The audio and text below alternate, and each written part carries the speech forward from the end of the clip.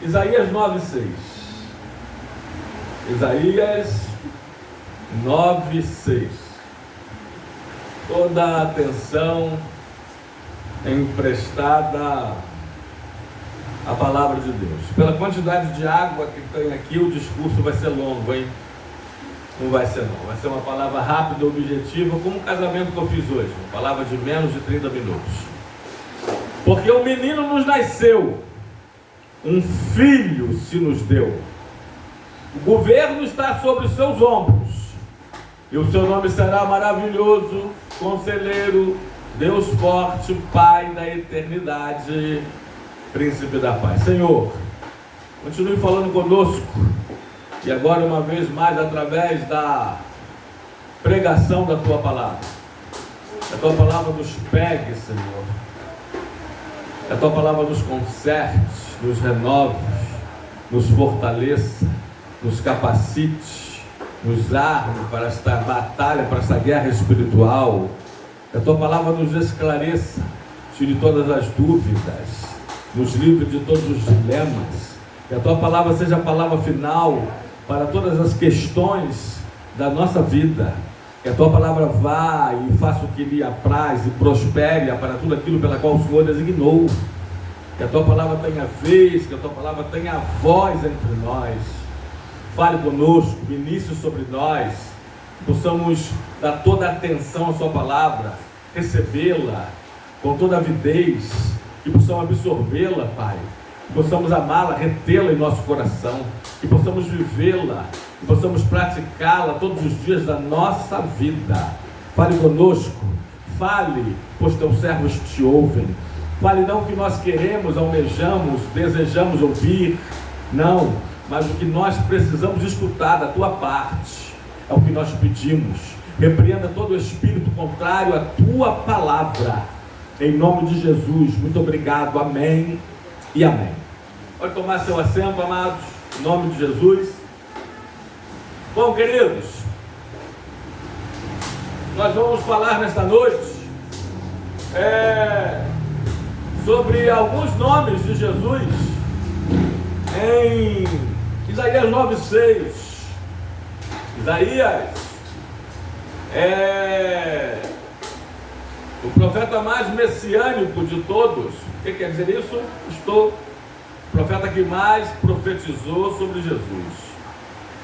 Isaías diz, alguns teólogos, que é como se fosse uma mini Bíblia, porque são 66 capítulos, é como se fosse a Bíblia, como são 66 livros. Isaías é dividido em duas partes, até o 39 e a partir do 40. Olha só, como se fosse, grave isso aqui, para os críticos de plantão, o Antigo e o Novo Testamento. 39 livros no Antigo, 27 no Novo. Então eu gostaria de falar sobre esses nomes. E para os críticos também de plantão, em 1900 antigamente, eu ouvia um irmão, eu já vi pessoas críticas, eu conheci mais dois, um passou por aqui,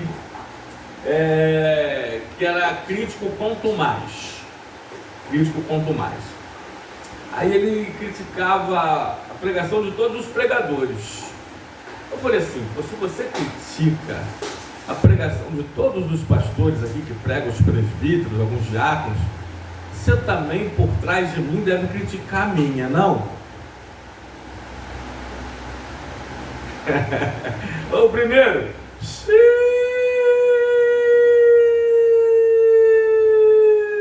sabe aquela pessoa que fala de todo mundo com você?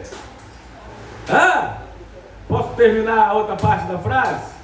Pode ser que ela fale de todo mundo, de você. Eita!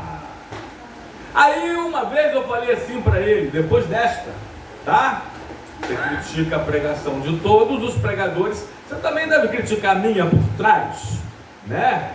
Mas eu falei assim, interessante, eu nunca em toda a minha vida te vi pregar.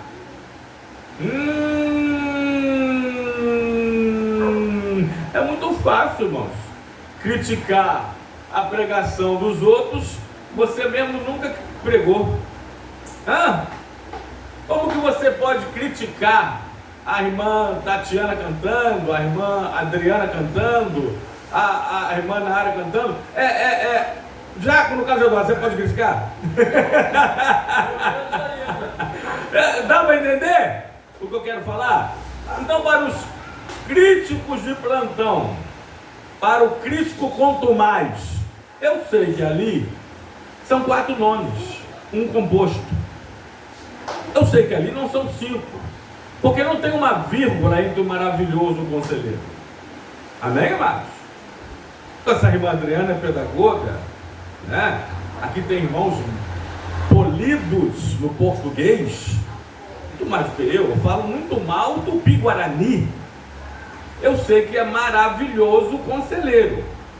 Não é maravilhoso, pausa, da vírgula, conselheiro, Deus forte, aliás, outros nomes compostos, Pai da eternidade e Príncipe da paz. Mas eu vou imaginar uma vírgula ali e vou falar sobre os 5 nomes de Jesus, que não tem nada a ver também, como eu já ouvi pregar, alguém, né? Não estou criticando, estou corrigindo, teologicamente falando, homileticamente falando. Os 5 nomes de Jesus em Isaías 9:6 é simbolizado pelas 5 pedras que o rei Davi pegou para acertar no gigante Golias. Ele pegou 5, usou uma e acertou. Qual foi então que ele acertou? Amém? Mas vamos lá. Primeiro nome é maravilhoso. E o seu nome. Antes disso, a parte A do verso, para fechar a introdução, ela fala: um menino nos nasceu, vírgula, é Jesus Cristo homem. Foi um menino que nasceu, sua encarnação veio da Virgem Maria, né? Aí depois da vírgula fala assim: um filho se nos deu. Aí já é Jesus Cristo homem, ou melhor, Jesus Cristo Deus, que foi doado por Deus. Livro de João 3,16. Porque Deus amou o mundo de tal maneira que deu seu filho. Deu seu filho. Um menino nos nasceu, Jesus Cristo homem, 100% homem. Um filho se nos deu, Jesus Cristo Deus, 100% Deus. E o seu nome será maravilhoso. Aí eu vou me reportar, Natan, ao nascimento de Sansão. Coloca por gentileza, meu filho, Juízes 13:18, e diz assim a palavra do Senhor: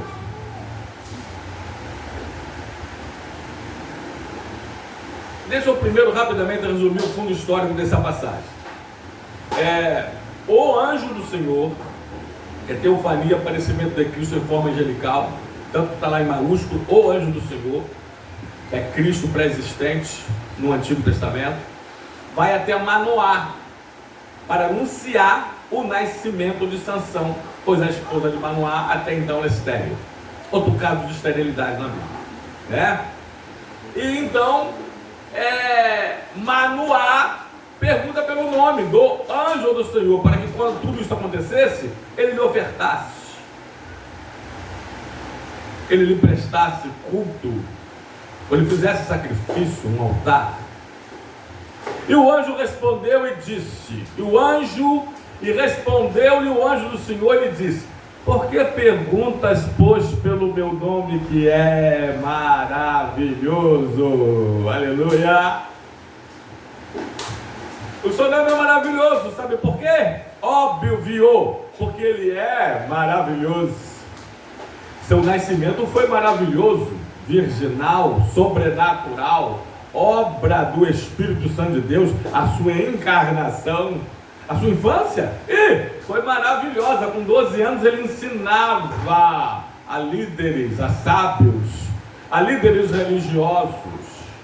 Eita, o seu batismo foi maravilhoso, o céu se abriu, o Espírito Santo desceu sobre ele em forma corpórea de pomba. Deus bradou do céu, Mateus 3,17, esse é o meu filho amado em quem me comprazo, em quem tenho o meu prazer, a ele ouvi. O seu ministério? pós-batismo, depois do deserto, foi maravilhoso. Ele deu vista aos cegos, ele fez mudo falar, fez surdo ouvir, e pela primeira vez a sua própria voz. Ele fez o coxo pular, o paralítico andar, ressuscitou mortos, porque o seu ministério foi maravilhoso. A sua morte foi maravilhosa. O sol se envergonhou e nos deu a sua luz. Alguns teólogos acreditam, alguém vai falar em eclipse solar, enfim, alguns teólogos acreditam, os mais conservadores, que o sol apagou-se e em toda a terra, não somente do outro lado, no Oriente, mas até no Ocidente, o sol se envergonhou e entrou em luto, porque a sua morte foi maravilhosa. A sua ressurreição foi maravilhosa. Ele é a primícia dos que dormem, os primogênitos da ressurreição. A sua ascensão, Atos 1, de 9 a 11, diz que ele foi subindo assim diante dos apóstolos, e 2 anjos, agora anjos comuns, olharam e disseram: varões galileus, por que estáis a olhar? Bota no 11, meu filho, que eu fecho agora. E disseram: varões galileus, por que estáis olhando para as alturas? Esse Jesus que dentre vós foi assunto ao céu, assim virá, do modo que o viste subir. A sua ascensão foi maravilhosa. A sua volta, a primeira para buscar a igreja, será maravilhosa. A segunda para Israel, para o mundo, pisará na terra. Apocalipse 1:7, todo olho verá. A sua segunda volta em glória será maravilhosa. Sabe por quê? Porque ele é maravilhoso. Então, Mateus 22, a falar que as suas palavras são maravilhosas. Mateus 22, meu filho, para resumir a passagem que nós conhecemos. Peraí, Mateus 22, isso. Vai falar Mateus, só um minuto. Mateus 22, admiraram-se e deixando foram-se, porque as suas palavras, bota no contexto, vem do 18, se não me falha a memória, né? Jesus, porém, conhecendo-lhes a malícia, respondeu-lhe: por que experimentais, hipócritas? Mostrai uma moeda do tributo, e trouxeram-lhe um denário, que era uma moeda corrente do Império Romano, e lhes perguntaram: de quem é essa efígie ou inscrição? Essa cara ou coroa? Responderam: de César. Então lhe disseram: dai, pois, a César o que é de César, e a Deus o que é de Deus. Ouvindo isso, admiraram-se e foram, deixando-se foram. Eu estou no 23, uma versão que diz: porque as suas palavras eram maravilhosas, mas os seus atos também eram maravilhosos, as suas obras eram maravilhosas. Livro de Mateus 8:27, Natan, quando ele acalma a tempestade, eu quero profetizar aqui nesta noite que Deus vai acalmar tempestades aqui. Que Deus vai acalmar tempestades aqui. Quem sabe no seu casamento, na sua saúde, na sua finança. Mas Deus vai acalmar tempestades em nome de Jesus. E maravilharam-se, lá naquele outro Natal, ao invés de admiraram-se, tem uma versão que diz: e maravilharam-se das suas palavras. E aqui diz: e maravilharam-se os homens, dizendo: quem é este? Até o vento e o mar lhe obedece, e o seu nome será maravilhoso. Deixa eu profetizar de novo, porque eu sei quando eu estou pregando, sei quando eu estou ensinando, e sei quando eu estou profetizando. Deus vai fazer maravilhas na sua vida. Por esses tempos eu creio que Deus vai fazer maravilhas na sua vida. Você crê? Você recebe? Deus vai fazer coisas maravilhosas na sua vida. Sabe por quê? Porque porque você serve um Deus que é maravilhoso. Seu nome será maravilhoso. Volta lá, meu filho. Aí eu coloquei uma vírgula ali, tá? Imaginariamente. Conselheiro. Tem um ditado que diz que se o conselho não fosse bom, não se dava, se vendia. Amados, já recebi muitos conselhos bons, ou já recebi muitos conselhos ruins, mas também já recebi conselhos bons. Você já recebeu conselhos bons? Que não foram te vendidos, foram doados gratuitamente. Se eu não me engano, na Salmo 34, 33, 11, fala sobre o conselho do Senhor, né? Salmo 33, 11, meu filho, vai dizer: o conselho do Senhor dura para sempre. Perdão, e os desígnios do seu coração por todas as gerações. Por mais que algumas pessoas nos dê bons conselhos, o melhor de todos os conselhos são os conselhos do Senhor. Posso dar alguns aqui nesta noite? O Senhor te aconselha a se arrepender. Mateus 4,17. E Jesus pregava e dizia: arrependei-vos, arrependei-vos, arrependei-vos, porque está próximo o reino dos céus. O primeiro conselho que eu destaco aqui do Senhor para nós é que nos arrependamos. Sabe por que as misericórdias do Senhor se renovam a cada manhã? Jeremias 3, 22, 23. É porque a cada manhã nós pecamos. A gente acorda e peca. Mas Deus te aconselha: arrependa-se, arrependa-se. E não vai para o céu quem peca menos. Isso era a filosofia dos fariseus. Não vai para o céu quem peca menos, mas vai para o céu quem se arrepende mais. Aleluia. Outro conselho do Senhor é orar. Deus te aconselha, Lucas 18:1, e contou Jesus uma parábola sobre o dever de orar sempre. Ele está dizendo: ore sempre, e nunca esmoreça, e nunca desanime. Ore sempre. Tem uma oração que eu faço há décadas, há 40 anos ou mais, e eu continuo orando. Sabe por quê? Porque eu creio que Deus é o Deus que ouve orações e já atendeu muitas das minhas orações. E se Ele não atendeu algumas ainda é porque não é o tempo dele. Mas lembrando também que Deus responde as orações de 3 formas: sim, não ou espere. Às vezes é tempo de esperar mais um pouco. Eu não, pastor, eu prefiro o não de Deus do que o sim dos homens. O não de Deus é incomparavelmente melhor. Ele sabe o que é melhor para nós. O terceiro conselho do Senhor aqui é o conselho de jejuar. Mateus 6,16. E tu, quando jejuares, não faça como os hipócritas, não se mostra contristado, porque desfigura o rosto com o fim que parece aos homens que jejuam. Já viu aquelas pessoas que estão em jejum? Aí você oferece uma balinha, um copinho d'água. Não, estou em jejum, estou no propósito, estou em jejum. Ela faz questão de tocar trombeta.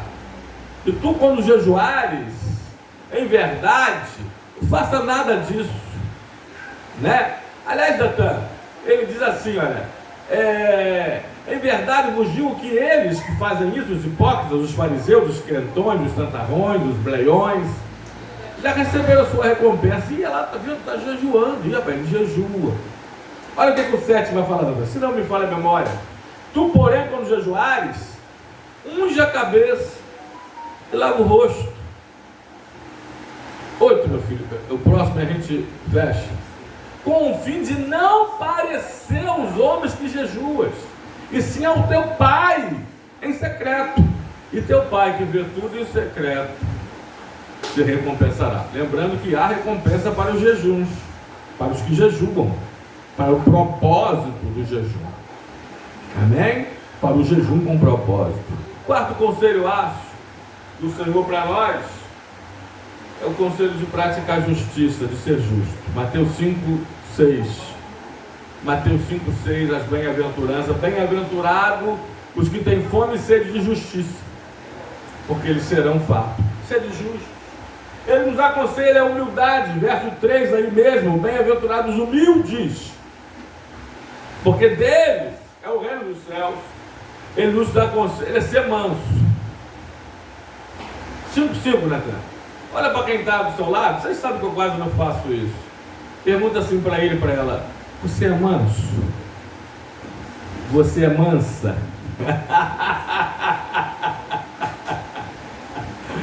Ai, meu Deus do céu. Tem um casal aí, meu irmão ama de paixão, mais do que eu. O Cris também gosta muito, que é a Nércia e qual é o nome dele?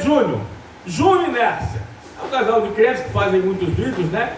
Vários memes aí. Aí tem um que eles estão se conhecendo, né? Estão se conhecendo, aí vai começar a namorar. Aí ele: qual é o seu nome? Aí ela fala assim: Nércia.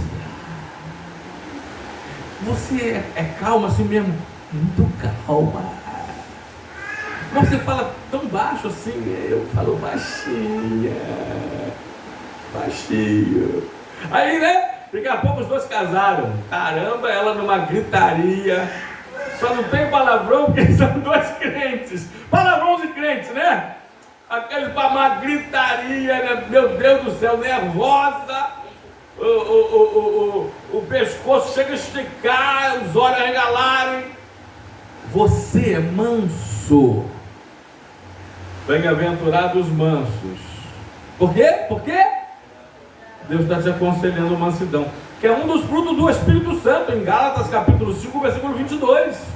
Mansidão. E deixa eu te falar que se você não for manso, você não vai herdar a terra celestial, a terra prometida, a terra da promessa. Você não herdará a nova Jerusalém. Apocalipse 21. Porque os mansos herdarão a terra. Pastor, não sou manso não. Pastor, não sou mansa não. Cuidado. Você pode não herdar a vida eterna. No céu só vai entrar os mansos, amados. Você acha que no céu vai entrar bravo? Bravo? Nervosinho, nervosinha? Gritão, gritalhona? O que vocês acham? Histéricos, histéricas? Não, nanim, nanão. Só que não. Não vai não. Não vai não. Outro conselho que ele dá aí também, no verso 7, é misericórdia. Bem-aventurados os misericordiosos, porque alcançarão misericórdia. Deus te perdoou tudo, todos os seus pecados. Você não pode perdoar um pecadinho, uma ofensa de um ou de outro.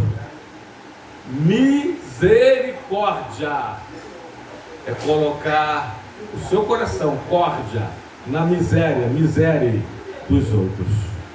Melhor definição, resumidamente, de misericórdia. Diferente da graça, a graça é o favor não merecido. A graça é Deus te dá o que você não merece. A misericórdia é Deus não te dar o que você merecia. Eita! Deu para pegar? Tem vários outros conselhos aqui. Essa eu não posso deixar de falar, não posso pular. Ele te aconselha a amar. Mateus 5,44. Amai até os vossos inimigos e orai pelos que vos perseguem. Isso é um conselho divino. Outro conselho é ter fé. Marcos 11:22, Jesus fala assim: é um conselho, tendes fé em Deus. Outro conselho que ele te dá é se esforçar. Lucas 13:24, se não me falha a memória, Jesus fala assim, respondeu-lhe: esforçai-vos por entrar pela porta estreita, pois eu vos digo que muitos procurarão entrar e não poderão. Aliás, tem outro texto que diz que o reino de Deus, desde agora, vos é pregado no reino dos céus, e ele é tomado por esforço. Perdão, Deus te aconselha, se esforce. Se esforce. Tem coisas que não é fácil, irmãos. É fácil comer alface, quase ninguém come e quase ninguém gosta. Então nem tudo na vida é fácil. É verdade ou mentira? Aliás, quase nada é fácil. Quase tudo requer nosso esforço. E Deus te aconselha, se esforce. Se esforce. Se esforce. Se esforce. Se esforce. Lucas 6, Lucas 9, perdão, até 23. Outro conselho. E dizia Jesus a todos, e Jesus aconselhava a todos: se alguém quer vir após mim, a si mesmo se negue. É fácil negar? Dia a dia tome a sua cruz. Sabe o que é isso? Só tomava a cruz naquela época quem ia para a morte. Deus está dizendo: mortifique a sua carne, mate o seu eu, morra para o mundo, morra para o pecado, morra para a carne. É isso. E depois siga-me.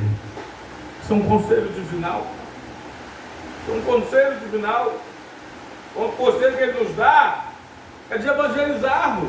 Marcos 16:15, ele disse: ide, olha o conselho dele, ide por todo mundo e pregai o evangelho a toda criatura. Ele está nos aconselhando a pregar as boas novas. Mateus 5:16, ele fala sobre isso. E assim também brilha a vossa luz diante dos homens, para que vejam as vossas boas obras e glorifiquem o vosso Pai que está nos céus. Outro conselho divinal, a gente vai fechar aqui, são muitos, nós sabemos que são, aliás, toda a palavra de Deus vai nós é o conselho, basicamente toda ela, lógico. Conselho de congregar, Natan. Hebreus capítulo 10, versículo 25, diz a palavra do Senhor: não deixemos, olha que conselho, não deixemos de congregar, como é costume de alguns. Antes façamos admoestações, tanto mais quanto vezes que o dia, com D minúsculo, que o grande dia, que o dia escatológico, que o dia do Senhor se aproxima. Irmãos, eu sou um pensador. Porque eu penso muito, tá? Eu fico pensando assim: Jesus viesse agora na hora do culto. Jesus viesse agora na hora do culto. Salvo, é lógico, algumas exceções, alguns irmãos trabalhando, a irmã Angélica acompanhando a sua mãe no hospital, internada. Mas se Jesus voltasse na hora de um culto, encontrasse um crente que era para estar no culto em casa, cheio de saúde, vendo o Fantástico, ou o seu time do coração? Fala comigo. Eu não sei não. Eu não sei não. Eu não sei não. E o seu nome será maravilhoso. Conselheiro. Deus forte. Volta lá, meu filho. Deus forte. Ele é Deus. Seus nomes são divinos. Eita! De Gênesis a Apocalipse, que Deus é forte. Todo poderoso Deus.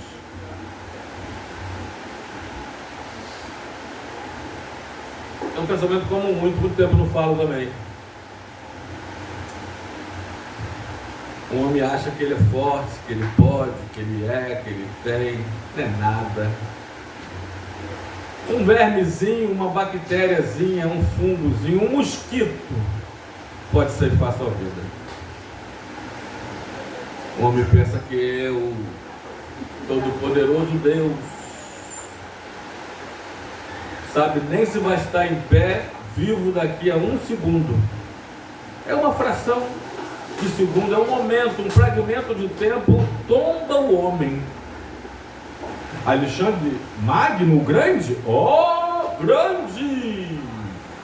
intitulado, mais do que um apelidado de grande Alexandre Magno, o Grande. Leia a história.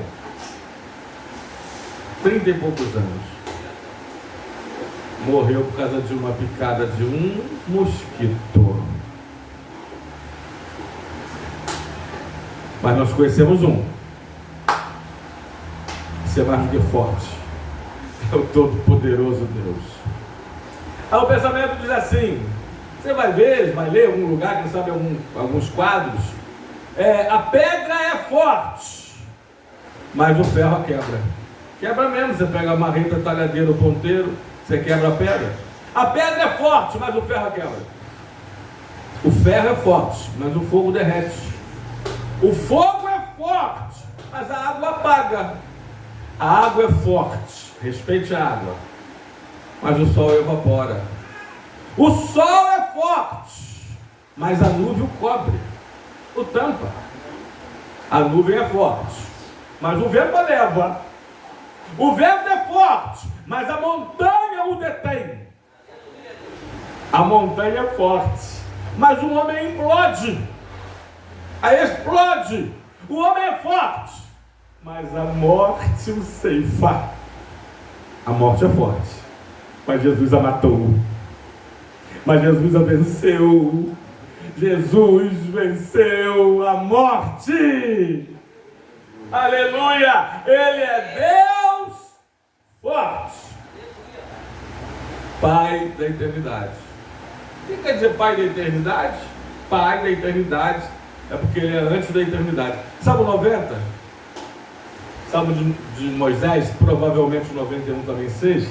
Moisés diz assim: de eternidade, acho que é o 2 até, de eternidade a eternidade, tu és Deus.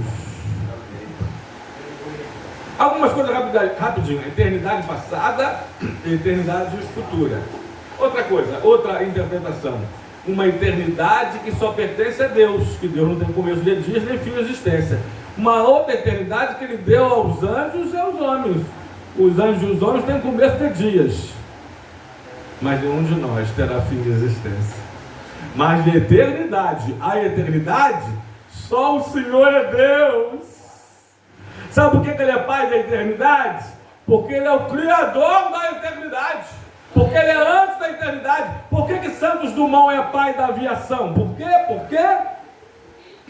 Porque ele inventou o avião.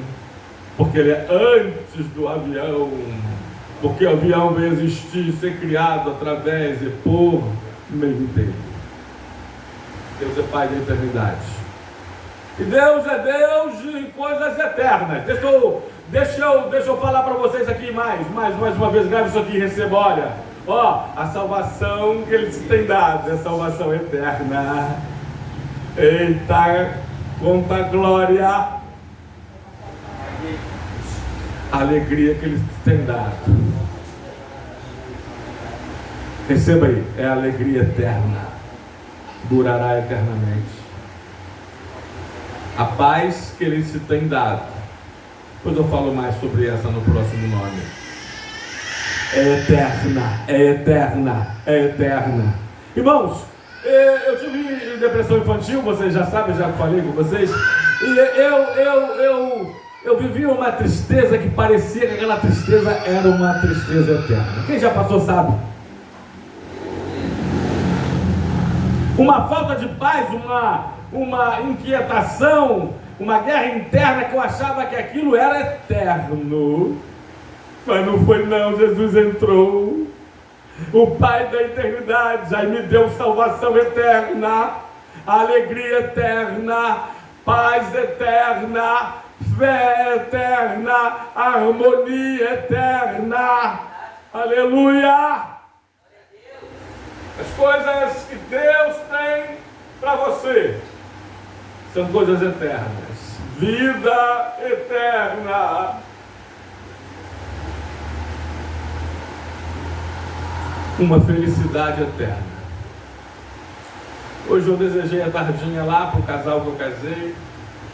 Falei assim: felicidades para vocês. Porque eu sei que aqui na terra não existe felicidade. Existem felicidades, momentos felizes, dias felizes, situações felizes, mas felicidade completa, plena e total aqui na Terra existe? Alguém pode dizer em sã consciência que é extremamente feliz nesta Terra, vendo tantos abortos, tanta corrupção no Brasil, tanta violência, tanto roubo, tanto assalto, tanto homicídio, feminicídio, infanticídio? Alguém pode dizer? Se alguém em meio a tudo isso dizer que é feliz, ela é egoísta. E quem é egoísta, egocentrista, individualista, particularista, não pode ser realmente feliz, porque ele é narcisista. E narcisismo e felicidade juntos não combinam. Então aqui, a gente tem momentos felizes. Tem momentos duradouros, de felicidade. Duradoura. Por exemplo, Ana casou comigo há 37 anos atrás. Quando casou foi um momento de felicidade. E até hoje ela está desfrutando essa felicidade. Amém? Mas tem gente, tem gente que se casa para ser feliz e depois se divorcia pelo mesmo motivo, para ser feliz também. Eu conheço um, foi meu aluno no curso teológico, lá longe. Que ele casou foi um momento de extrema felicidade. Diz ele que namorou e noivou com uma anja. Quando casou, viu que era uma diaba. Tem um contrário também, tá, Márcio? Contrário verdadeiro. Aí ele conseguiu se divorciar. Irmãos, você não sabe dessa história, talvez algumas outras poucas pessoas que conhecem ele. Ele pegou o divórcio, o papel do divórcio, ele plastificou. Ele fez uma moldura, ele comprou uma moldura boa, colocou na entrada da casa, na varanda, em cima da porta da varanda, na entrada, e fez uma festa para comemorar o seu divórcio. Duas felicidades: quando casou e quando se divorciou. Eita! No mundo, aqui na terra, você tem felicidade. Tomara que vocês tenham muitas na vida, mas felicidade total só no céu. Que Apocalipse, Tatã, capítulo 21, versículo 4, diz que lá não haverá mais tristeza, não haverá mais lágrimas, não haverá mais luto, não haverá mais dor. Aí eu já pulei para o 22:5, não haverá mais noite, não haverá mais maldição, não haverá mais dúvida, não haverá mais dívida. Agora eu já estou parafraseando. Não haverá mais juros. Você que mora, nós que moramos no país que mais, um dos que mais juros pagam no mundo, não haverá também mais juras, que para mim é pior do que juros. Lá não haverá nada disso. Lá nós teremos uma felicidade completa. Qual está lá no segundo? E para terminar, ele é príncipe da paz. Eu tenho menos de 10 minutos, eu queria falar sobre 3 tipos de paz. Pastor, 3 tipos, né? 3 tipos de paz. Para resumir rapidamente. Primeiro eu queria falar sobre a paz de Deus. Depois eu queria falar sobre a paz com Deus. Vou falar sobre 4 então, rapidinho. Depois eu queria falar sobre a paz consigo. E em quarto eu queria falar sobre a paz com o próximo. Pronto. Paz de Deus? Sim. Então, se não me falha a memória, Filipenses 4:7.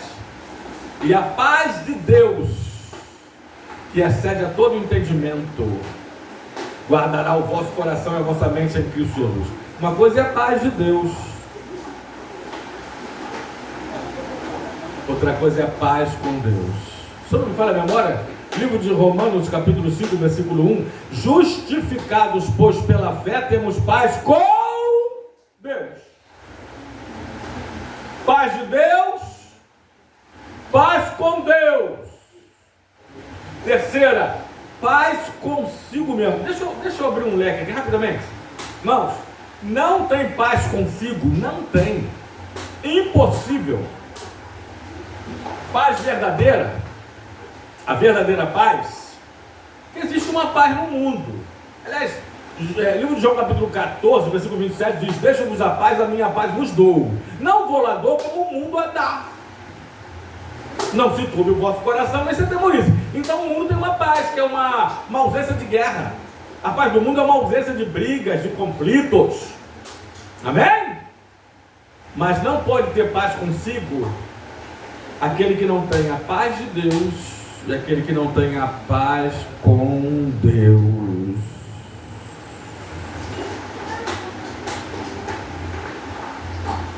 Para fechar, paz com o próximo. Romanos 12, 18. Tem outros textos, esse aqui é o que a gente mais gosta, então eu, você e eu. Se possível, quando depender de vós, tendes paz com todos os homens. Irmãos, quem tem a paz de Deus, quem tem paz com Deus e quem tem paz consigo, ela tem paz com todos os homens. Agora vamos lá, o contrário é verdadeiro. Se você conhecer alguém, você deve conhece sim, que não tem paz com ninguém, que não está em paz com ninguém. Sabe por causa de que ele não está em paz com ninguém? Porque ele não está em paz consigo mesmo. E sabe por que ele não está em paz consigo mesmo? Porque ele não está em paz com Deus. Porque ele não tem a paz de Deus. Falei. Então é de cima para baixo, de baixo para os lados. É de cima para dentro e de dentro para fora. Eita, deu para entender? É de Deus para você, de você para os outros. É desse jeito. Vou terminar, meu filho. Bota lá, meu filho, para a gente terminar. Um menino nos nasceu e um filho se nos deu. E o governo está sobre os seus ombros, e o seu nome será maravilhoso conselheiro, Deus forte, Pai da eternidade e Príncipe da paz. Deus nos abençoe com esta palavra. Em nome do Senhor e Salvador Jesus Cristo. Amém e amém. E graças a Deus.